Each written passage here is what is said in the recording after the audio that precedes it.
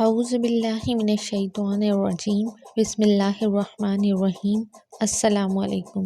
رمضان المبارک کے اس بابرکت مہینے میں ہم روزے تو بہت زور و شور اور ذوق و شوق سے رکھتے ہیں، لیکن کیا ہم نے کبھی یہ سوچا ہے کہ روزے کا مطلب کیا ہے؟ روزہ صرف بھوک پیاس کو برداشت کرنے کا نام نہیں ہے، بلکہ روزے کا مطلب یہ ہے کہ انسان بھوک پیاس کو برداشت کرنے، اپنی نفسانی خواہشات کو برداشت کر کے اللہ کی عبادت کرنے کے ساتھ ساتھ تقوی و پرہیزگاری کو اختیار کرے اور اللہ کی رضا کی خاطر اپنا دامن گناہوں سے بچائے رکھے۔ اللہ تعالیٰ کے خاص الخواص بندوں کا روزہ بھی یہی ہے کہ وہ نہ صرف بھوک پیاس اور نفسانی خواہشات سے بچتے ہیں، بلکہ اس کے ساتھ ساتھ وہ تقوی و پرہیزگاری اختیار کرتے ہیں اور اپنے نفس کو ہر قسم کی برائی اور گناہوں سے بچائے رکھتے ہیں۔ ہم لوگ روزے میں بھی بعض اوقات بہت سارے ایسے گناہ کر رہے ہوتے ہیں جن کا ہمیں پتہ ہی نہیں چلتا، مثلاً دوسروں کی غیبت۔ یہ ایک ایسا گناہ ہے جس کو ہم کچھ سمجھتے ہی نہیں، حالانکہ یہ ایک انتہائی تباہ کن اور کبیرہ گناہ ہے۔ شیطان بہت روکے گا آپ کو کہ یہ ویڈیو آپ نہ دیکھ سکیں، لیکن یہ ویڈیو آپ پوری دیکھ لیجئے تاکہ انشاءاللہ آپ کو معلوم ہو جائے کہ شیطان آپ کو یہ ویڈیو کیوں نہیں دیکھنے دے رہا تھا۔ بہت سارے پرہیزگار نظر آنے والے لوگ بھی بلا تکلف غیبت سنتے سناتے، مسکراتے اور تائید میں سر ہلاتے نظر آتے ہیں۔ کیونکہ غیبت بہت زیادہ عام ہے، اس لیے عموماً کسی کی اس طرف توجہ ہی نہیں ہوتی کہ غیبت کرنے والا نیک پرہیزگار نہیں بلکہ فاسق و گنہگار اور عذاب نار کا حقدار ہوتا ہے۔ غیبت ایمان کو کاٹ کر رکھ دیتی ہے۔ غیبت برے خاتمے کا سبب ہے۔ بکثرت غیبت کرنے والے کی دعا قبول نہیں ہوتی۔ غیبت سے نماز روزے کی نورانیت چلی جاتی ہے۔ غیبت سے نیکیاں برباد ہوتی ہیں۔ غیبت نیکیاں جلا دیتی ہے۔ غیبت کرنے والا توبہ کر بھی لے تب بھی سب سے آخر میں جنت میں داخل ہوگا۔ الغرض غیبت گناہ کبیرہ، قطعی حرام اور جہنم میں لے جانے والا کام ہے۔ غیبت زنا سے سخت تر ہے۔ مسلمان کی غیبت کرنے والا سود سے بھی بڑے گناہ میں گرفتار ہے۔ غیبت کو اگر سمندر میں ڈال دیا جائے تو سارا سمندر بدبودار ہو جائے۔ غیبت کرنے والے کو جہنم میں مردار کھانا پڑے گا۔ غیبت مردہ بھائی کا گوشت کھانے کے مترادف ہے۔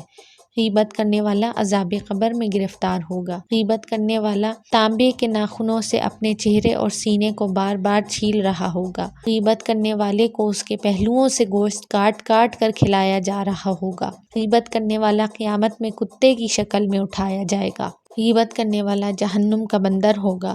غیبت کرنے والے کو دوزخ میں خود اپنا ہی گوشت کھانا پڑے گا۔ غیبت کرنے والا جہنم کے کھولتے ہوئے پانی اور آگ کے درمیان موت مانگتا دوڑ رہا ہوگا اور اس سے جہنمی بھی بیزار ہوں گے۔ غیبت کرنے والا سب سے پہلے جہنم میں جائے گا۔ استغفر اللہ۔ سید عالم صلی اللہ علیہ وسلم جب جہاد کے لیے روانہ ہوتے یا سفر فرماتے تو ہر دو مالدار کے ساتھ ایک نادار مسلمان کو کر دیتے کہ یہ غریب ان کی خدمت کرے اور وہ اس کو کھلائے پلائیں۔ اس طرح ہر ایک کا کام چلتا رہے۔ اسی طرح ایک موقع پر حضرت سیدنا سلمان رضی اللہ عنہ دو آدمیوں کے ساتھ کیے گئے۔ ایک روز آپ رضی اللہ تعالیٰ عنہ سو گئے اور کھانا تیار نہ کر سکے تو ان دونوں نے انہیں کھانا طلب کرنے کے لیے بارگاہ رسالت میں بھیجا۔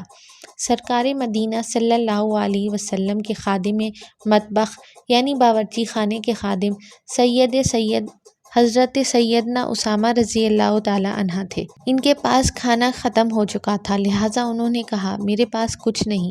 جب حضرت سیدنا سلمان رضی اللہ عنہ نے دونوں رفقا کو آ کر بتایا تو انہوں نے کہا اسامہ رضی اللہ عنہ نے بخل کیا۔ جب بارگاہ رسالت میں حاضر ہوئے تو سرکار نامدار صلی اللہ علیہ وآلہ وسلم نے باذن پروردگار غیب کی خبر دیتے ہوئے فرمایا میں تمہارے منہ میں گوشت کی رنگت دیکھتا ہوں۔ انہوں نے عرض کیا ہم نے گوشت کھایا ہی نہیں۔ فرمایا تم نے غیبت کی اور جو مسلمان کی غیبت کرے اس نے مسلمان کا گوشت کھایا۔ حضرت سیدنا امام احمد بن حجر مکی شافعی رحمۃ اللہ علیہ نقل کرتے ہیں کسی کی برائی بیان کرنے میں خواہ کوئی سچا ہی کیوں نہ ہو پھر بھی اس کی غیبت کو حرام قرار دینے میں حکمت ہے۔ مومن کی عزت کی حفاظت میں مبالغہ کرنا ہے اور اس میں اس بات کی طرف اشارہ ہے کہ انسان کی عزت و حرمت اور اس کے حقوق کی بہت زیادہ تاکید ہے۔ نیز اللہ پاک نے اس کی عزت کو گوشت اور خون کے ساتھ تشبیہ دے کر مزید پختہ کر دیا اور اس کے ساتھ ہی مبالغہ کرتے ہوئے اسے مردہ بھائی کا گوشت کھانے کے مترادف قرار دیا۔ چنانچہ پارہ نمبر 26 سورہ حجرات آیت نمبر 12 میں ارشاد فرمایا أَيُحِبُّ أَحَدُكُمْ أَن يَأْكُلَ لَحْمَ أَخِيهِ مَيْتًا فَكَرِهْتُمُوهُ۔ ترجمہ: کیا تم میں کوئی پسند رکھے گا کہ اپنے مرے بھائی کا گوشت کھائے تو یہ تمہیں گوارا نہ ہوگا۔ عزت کو گوشت سے تشبیہ دینے کی وجہ یہ ہے کہ انسان کی بے عزتی کرنے سے وہ ایسی ہی تکلیف محسوس کرتا ہے جیسے اس کا گوشت کاٹ کر کھانے سے اس کا بدن درد محسوس کرتا ہے، بلکہ اس سے بھی زیادہ۔ سرکار نامدار مدینے کے تاجدار صلی اللہ علیہ وسلم نے فرمایا، کیا تم جانتے ہو غیبت کیا ہے؟ عرض کی گئی، اللہ پاک اور اس کا رسول صلی اللہ علیہ وسلم بہتر جانتے ہیں۔ فرمایا، تم اپنے بھائی کا اس طرح ذکر کرو جسے وہ ناپسند کرتا ہے۔ عرض کی گئی، اگر وہ بات اس میں موجود ہو تو؟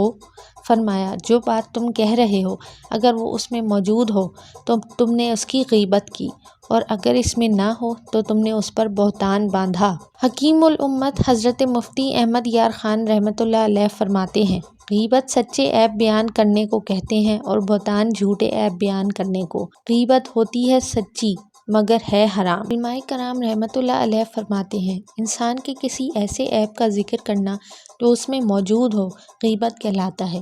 اب وہ عیب چاہے اس کے دین، دنیا، ذات، اخلاق، مال، اولاد، بیوی، خادم، غلام، امامہ، لباس، حرکات و سکنات، مسکراہٹ، دیوانگی، ترش روئی یا خوش روئی وغیرہ کسی بھی ایسی چیز میں موجود ہو، اس کے متعلق ہو۔ جسمانیت میں غیبت کی مثالیں یعنی اندھا، لنگڑا، گنجا، ٹھگنا، لمبا، کالا وغیرہ کہنا۔ دین میں غیبت کی مثالیں یہ ہیں کہ فاسق، چور، خائن، ظالم، نماز میں سستی کرنے والا یا والدین کا نافرمان وغیرہ کہنا، یہ سب غیبت میں شمار ہوتی ہیں۔ کہا جاتا ہے کہ غیبت میں کھجور کی سی مٹھاس اور شراب جیسی تیزی اور سرور ہے۔ اللہ پاک اس آفت سے ہماری حفاظت فرمائے اور ہماری طرف سے غیبت والوں کے حقوق خود ہی ادا فرمائے، کیونکہ اللہ پاک کے علاوہ انہیں کوئی شمار نہیں کر سکتا۔ اے عاشقان رسول صلی اللہ علیہ وسلم، غیبت انتہائی تباہ کار ہے۔ اسی غیبت کے باعث آج اکثر گھر میدان کارزار بنے ہوئے ہیں۔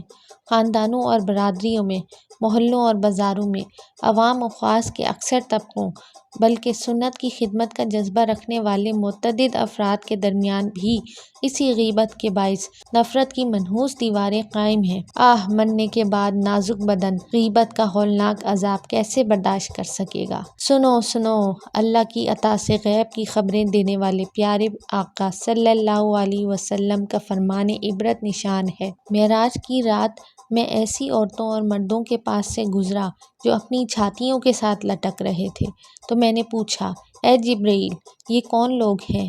عرض کی، یہ منہ پر عیب لگانے والے اور پیٹھ پیچھے برائی کرنے والے ہیں، اور ان کے متعلق اللہ پاک ارشاد فرماتا ہے، وَيْلٌ لِكُلِّ ہُمَزَةٍ لُمَزَةٍ۔ ترجمہ: خرابی ہے اس کے لیے جو لوگوں کے منہ پر عیب کرے، پیٹھ پیچھے بدی کرے۔ ہمارے پیارے نبی صلی اللہ علیہ وسلم کا فرمان عبرت نشان ہے۔ میں شب معراج ایسی قوم کے پاس سے گزرا جو اپنے چہروں اور سینوں کو تانبے کے ناخنوں سے نوچ رہے تھے۔ میں نے پوچھا، اے جبرائیل، یہ کون لوگ ہیں؟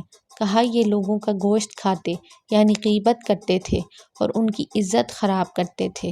یہ کام عورتیں زیادہ کرتی ہیں، انہیں اس سے عبرت لینی چاہیے۔ حضرت سیدنا ابو سعد خدری رضی اللہ عنہ سے روایت کرتے ہیں کہ سرور کائنات شاہ موجودات صلی اللہ علیہ وسلم کا فرمان عبرت نشان ہے، جس رات مجھے آسمانوں کی سیر کرائی گئی تو میرا گزر ایک ایسی قوم پر ہوا جن کے پہلوؤں سے گوشت کاٹ کر خود انہی کو کھلایا جا رہا تھا۔ انہیں کہا جاتا، کھاؤ، تم اپنے بھائیوں کا گوشت کھایا کرتے تھے۔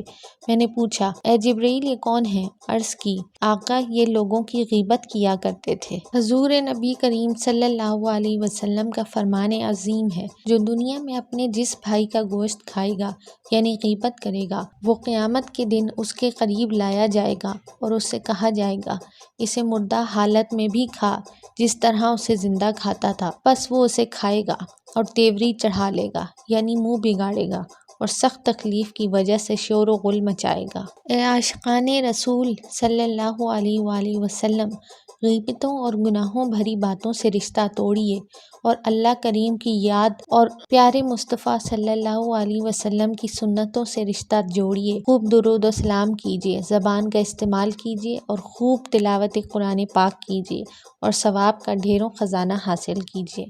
اللہ تعالی ہم سب کو غیبت جیسے گناہ کبیرہ سے اپنی پناہ میں رکھے اور ہمیں توبہ کرنے کی توفیق عطا فرمائے۔